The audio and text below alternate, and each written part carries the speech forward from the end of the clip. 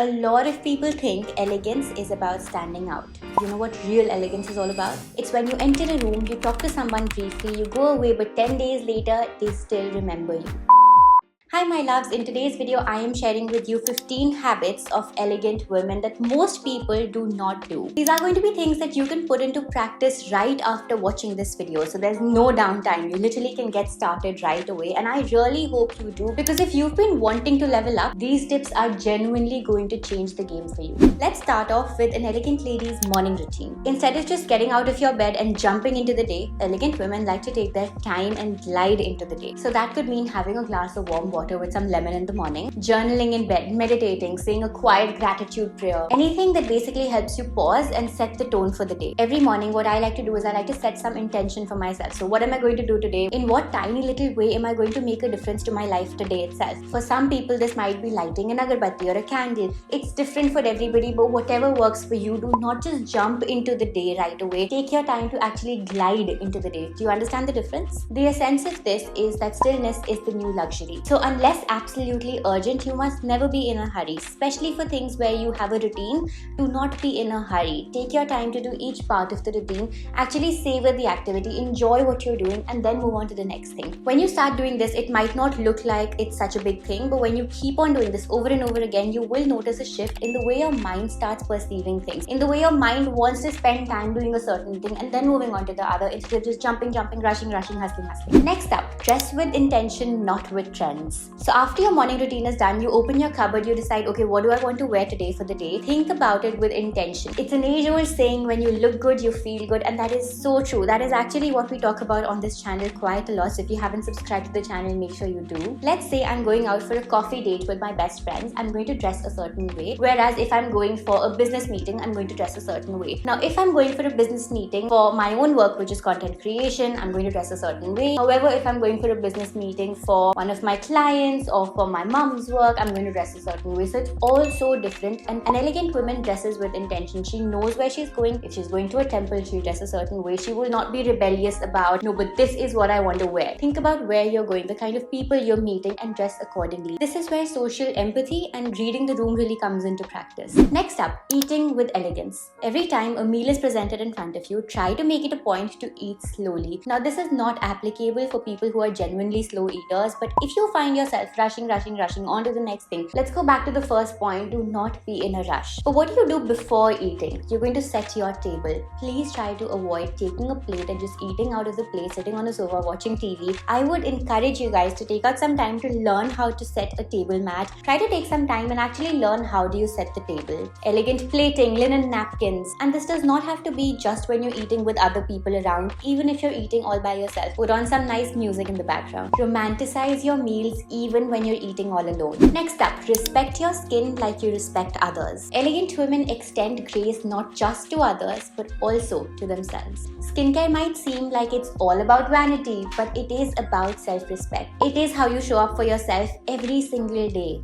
Personally, I like taking 5 minutes in the morning to do my skincare with intention, choosing products that actually work for me and my skin concern. My current skincare obsession, the Himalaya Dark Spot Clearing Turmeric Serum, is packed with the power of organically sourced turmeric, extracted using the Swarasa cold-pressed extraction technique, which helps retain the powerful antioxidant properties of turmeric that help lighten your dark spots. Also with 10% glycolic acid and 2% niacinamide, this serum is perfect for lightening dark spots and improving skin texture. Himalaya is a brand I trust, and I've seen real results. I always follow it up with a good moisturizer to lock in all that hydration. This serum is available on Amazon, Nykaa, Flipkart, and on Himalaya's app and website. Click on the link in the description to grab yours at a great discount. Doing this feels like I'm honoring myself first before I go out and meet the world. Remember, it's not just products, it is a ritual.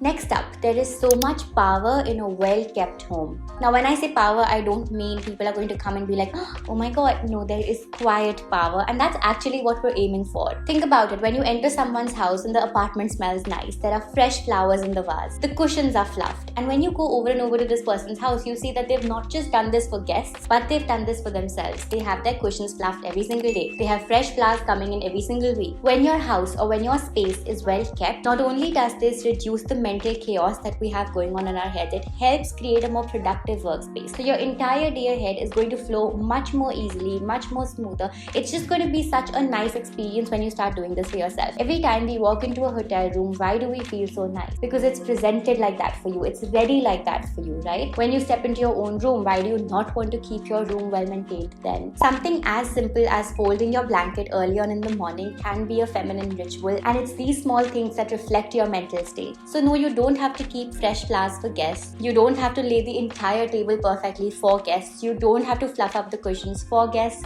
You might as well do it for yourself, because an elegant woman knows she deserves it. Next up, handwritten notes. She remembers birthdays. She writes thank you notes, not out of obligation, but just out of your heart. We don't always get the opportunity to write handwritten cards, so I know that this can be a little tricky to do in today's day and age, because whom are you going to give this card to? But whenever you can, whenever there is an opportunity that presents itself, try to do this. I'm telling you, people will remember you for years and years. I remember it was my friend's birthday. She was here in India and I was in the UK doing my masters, and I was like, okay, how do I make it special for her? So I went to this store where you have these really nice cards, and I took one out. I wrote a very nice message in that, a handwritten message, and then I posted that all the way from the UK to India. And when my friend got it, you guys, she still has that card. She's placed it under the glass on her table, and every time I go to her house, I see this and I'm like, that is so insanely sweet. You know, she cherished that card. Could she have done the same thing had I just WhatsApped her a happy birthday? Could she even have saved it or cherished it? Now, bonus points if you have your own personalized stationery. There are a lot of brands that do personalized cards, personalized money envelopes, personalized fold tags, gift cards, so many things that you can get your name monogrammed on. So for us, I know we've got Sana and Swadeep monogrammed on all of our money envelopes and gift cards and tags and all of that. I remember on one of my birthdays, my Nani's best friend actually wrote me a handwritten note that I still have. I cherish it so very much. I saved it, and I actually have a huge folder of all of these things that people have given to me, handwritten notes, cards. At the book launch event, so many of you gave such nice gifts with handwritten notes and cards, and I've saved each and every one of them because it's just so special. So anytime you can, for your best friend's birthday, for Mother's Day, for Father's Day, when you go on a date night with your boyfriend, for whatever event it may be, a handwritten card is so much more impactful and personal than a simple digital greeting. Next up, point number 7, smell divine but never overwhelming. I've heard so many people say, smell well, have a signature scent, and yes, you should have a signature scent, you should smell well,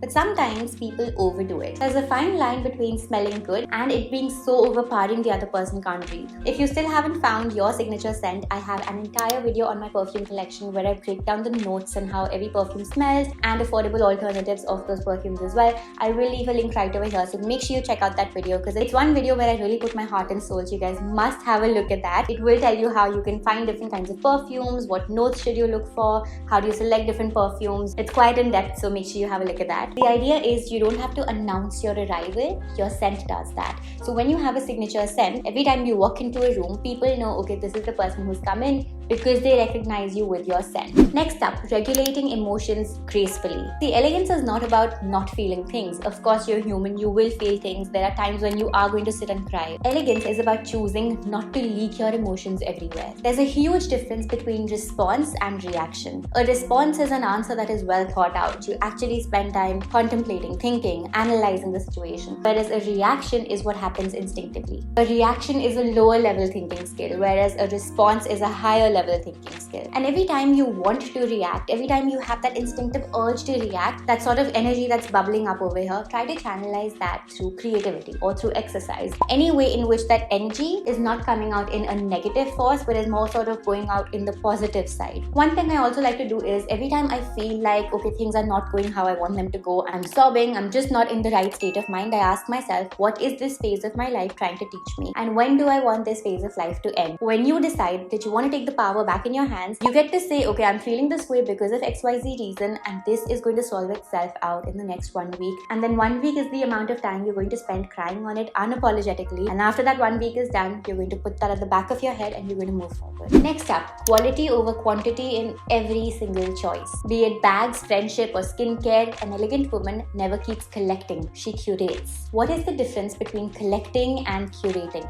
Intention. Now, I for one love watching handbag unboxing videos, post, and it's so tempting to want to buy each of these handbags and collect different kinds of handbags. But do I do that?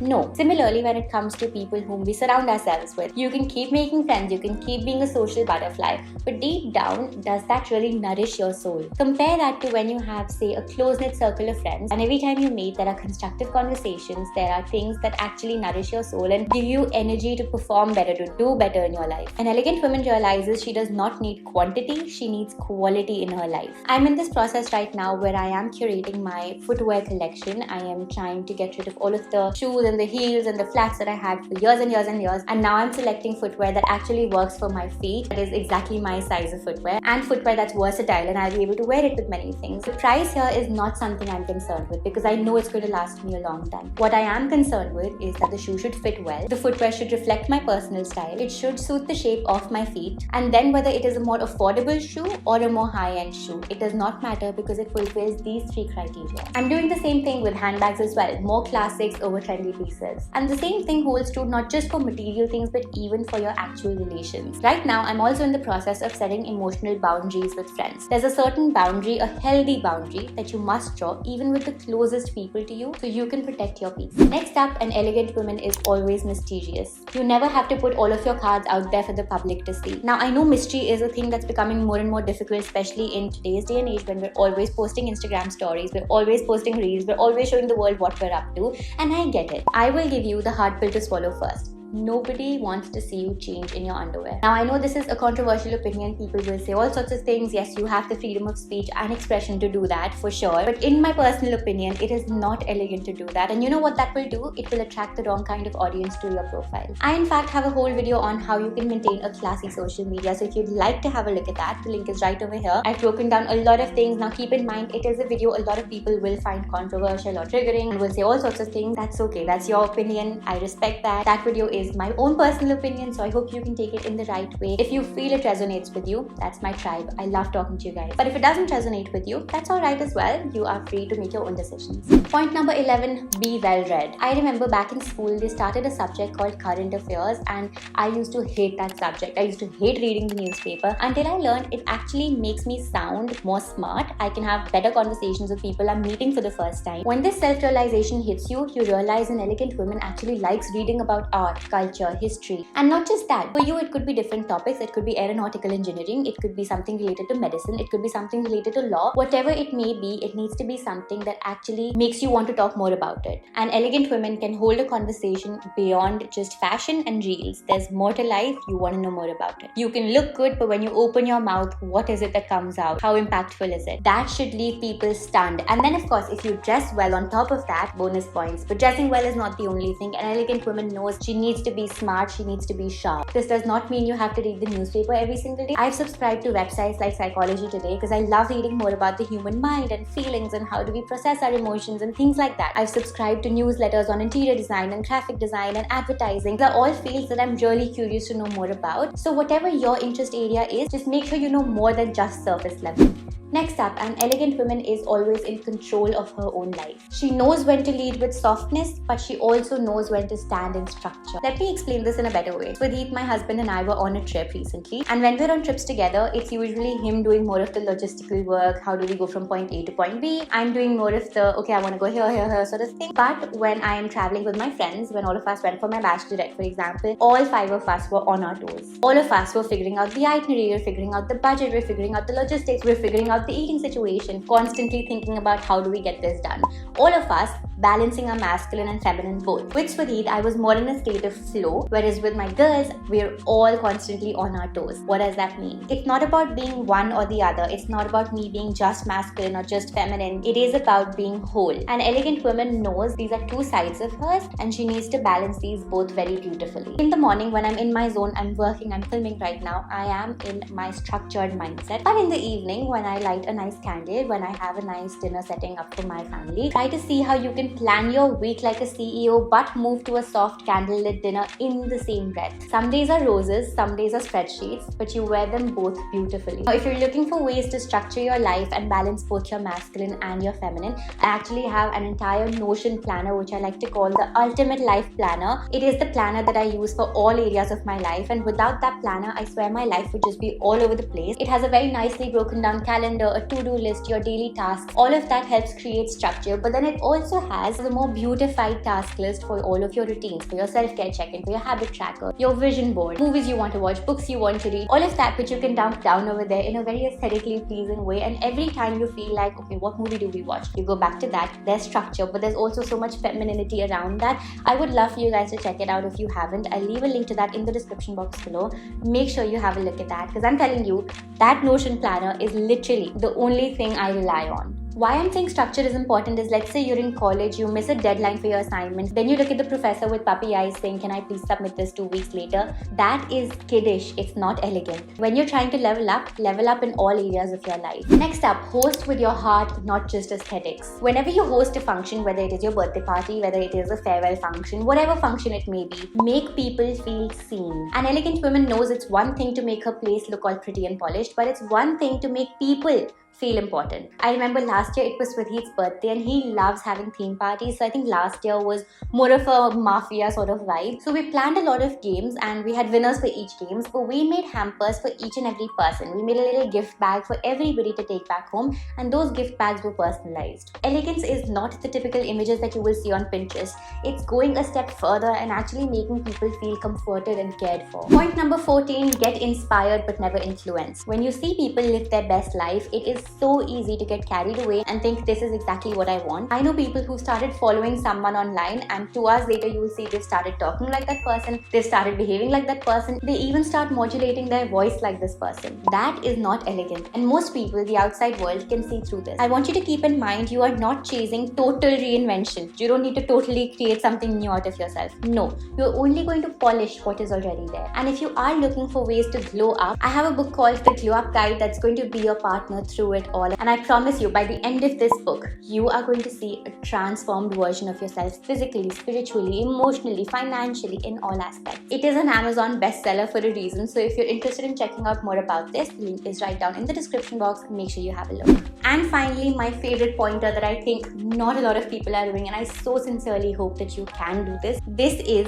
the cheat code to this entire video. It's okay if you don't take anything else from the video, but please take this point away. Know when to be the primary character and when to be the secondary character. You see, the thing is, most of us want to be the primary character in our book all the freaking time. But an elegant woman is secure enough to celebrate someone else, whether these are women or the men in her life. Imagine this, it is your birthday party and you've invited your friends, guys and girls both, and there's this one girl who keeps on trying to bring all the attention to her. She wants to be the main character at your birthday party when you are ideally supposed to be the main character. How does that feel? You already know the answer. Does that look elegant in any shape or form? An elegant woman, on the other hand, will compliment you generously. When you're cutting the cake, she will be the one who will be singing and cheering the loudest, but she will not try to bring the attention onto her. And she will never try to compete where she does not compare. Take a second and let all of this information seep in. True class is collaborative. It is never competitive. And what you must always remember is to not try to be the center of attention everywhere. You want to be the elegant woman who is effortlessly noticed by people. You don't want to go and shout, scream your name so that people look at you. And those are 15 habits of elegant women that most people overlook. I hope you found this video helpful. I'd love to know your thoughts. What are some things that you've noticed elegant women do? If there's any person in your life you've noticed who goes out of their way to make people feel nice, what is it that they do? Leave it down in the comment section. We can all have a look and learn even more. If you liked this video, make sure you give it a big thumbs up and you subscribe to the channel, because I do make a lot of such videos over here. And if you're new here, I would love for you to join us on Instagram as well. I'll be seeing you guys in another video. Till then, take care. Bye-bye.